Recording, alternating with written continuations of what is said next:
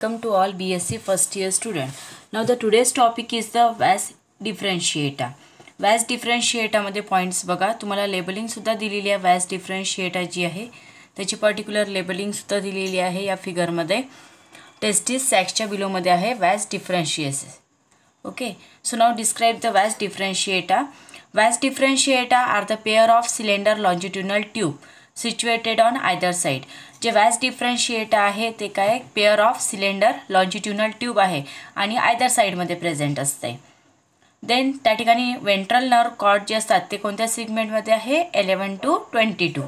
पुन्हा बघा, vas differentiator जे आहे ते pair of cylinder longitudinal tube आहे आणि कुठे प्रेझेंट असते आयदर साईडमध्ये.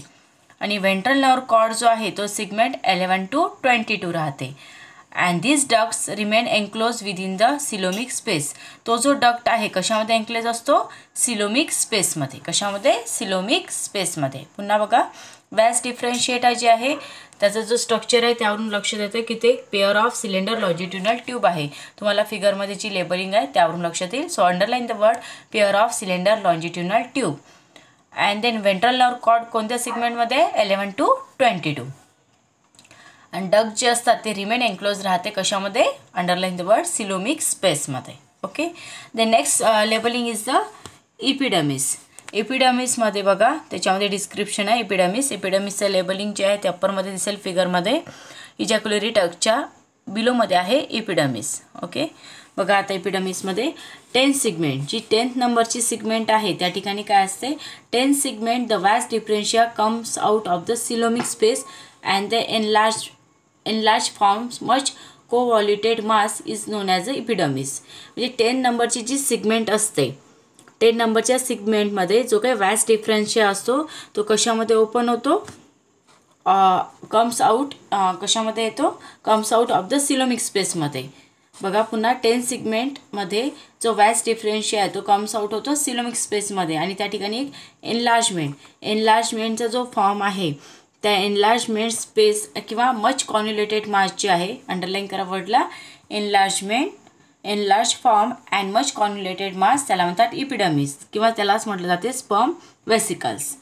अँड द स्पर्मॅटोझोआ स्टोअर त्या ठिकाणी काय केले जाते स्पर्मॅटोझोआ जे आहे ते स्टोअर्ड करतात. Okay, the next point is the ejaculatory duct. Ejaculatory डक्टची लेबलिंग आताच तुम्हाला सांगितली एपिडर्मिसच्या अप्परमध्ये आहे. बघा इजॅक्युलरी डक्ट फिगरमध्ये ऑब्झर्व करा म्हणजे तुम्हाला पॉईंट्स क्लिअर होतील. इजॅक्युलरी डक्ट बघा, the epidermis leads into the short and narrow ejaculatory duct. जे इपिडर्मिस आहे ते काय फॉर्म करते शॉर्ट आणि narrow ejaculatory duct. Underline the word short and narrow. Then next is the atrium. इजॅक्युलरीच्या अप्परमध्ये कोणती लेबलिंग आहे आर्ट्रियम. फिगरमध्ये बघा लक्षात येईल labelling atrium. It is a median piriform sac. काय म्हटलेलं आहे median piriform sacs and lies the 9 to 10 segment. कुठे प्रेझेंट असते 9 to 10 सिगमेंटमध्ये. एक मिडन पेरिफॉर्म सॅक्स आहे. सॅक असल्यामुळे मिडन पेरिफॉर्म सॅक्स असल्यामुळे कुठे प्रेझेंट आहे 9 to 10 सिगमेंटमध्ये. आणि atrium consist of 2 parts. Totally किती पार्ट्स आहे त्याचे 2 पार्ट्स आहे. फर्स्ट जो पार्ट आहे तो आहे pre post chamber and second part is the penis sac. आता प्रोस्टेट प्रोस्टेट चेंबरमध्ये बघा पहिला पार्ट जो आहे तो आहे प्रोस्टेट चेंबर. त्याच्यामध्ये बघा anterior broad part of atrium labelling सुद्धा आहे फिगरमध्ये दिसेल प्रोस्टोमियम.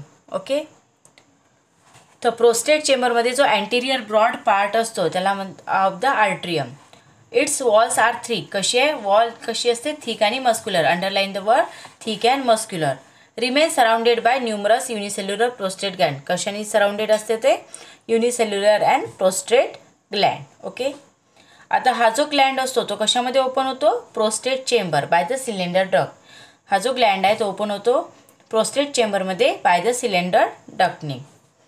इजॅक्युलरी डक्ट जे असतात बोथ साईड्स ओपन होतात. इजॅक्युलरी डक्ट जे असतात दोन्ही साईडने ओपन होतात. दे स्पर्मॅटोझोआ असतात transfer into the chamber by the ejaculatory duct. Spermatozoa जे असतात ते काय करतात चेंबरमध्ये ट्रान्सफर होतात पण कशाचा यूज करून बाय द इजॅक्युलरी डक्टचा यूज करून.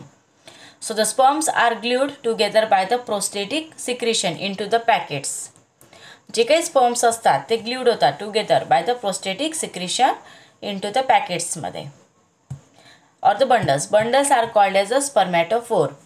तुम्हाला मेन पॉईंट एवढेच लक्ष ठेवायचं आहे बघा. पहिले प्रोस्टेट चेंबरमध्ये anterior broad part of atrium, then wall जी आहे थिक अँड मस्क्युलर असते आणि कशाने सराउंडेड आहे, युनिसेल्युलर प्रोस्टेट ग्लँडनी. ओके. आता याच्यामध्ये हे जे ग्लँड असतात ओपन कशामध्ये होतात, प्रोस्टेट चेंबरमध्ये बाय द सिलेंडर डक्टनी. आणि इजॅक्युलरी डक्ट जो असतो बोथ साईडमध्ये कसा राहतो, ओपन्स असतो. बोथ साईड्स ओपन राहते. इजॅक्युलरीच्या डक्टच्या ज्या बोथ साईड्स आहेत त्या कशा असतात, ओपन्स राहतात. अँड द स्पर्मॅटोझोआ ट्रान्सफर कुठे होतात, चेंबरमध्ये by the ejaculatory duct. Okay.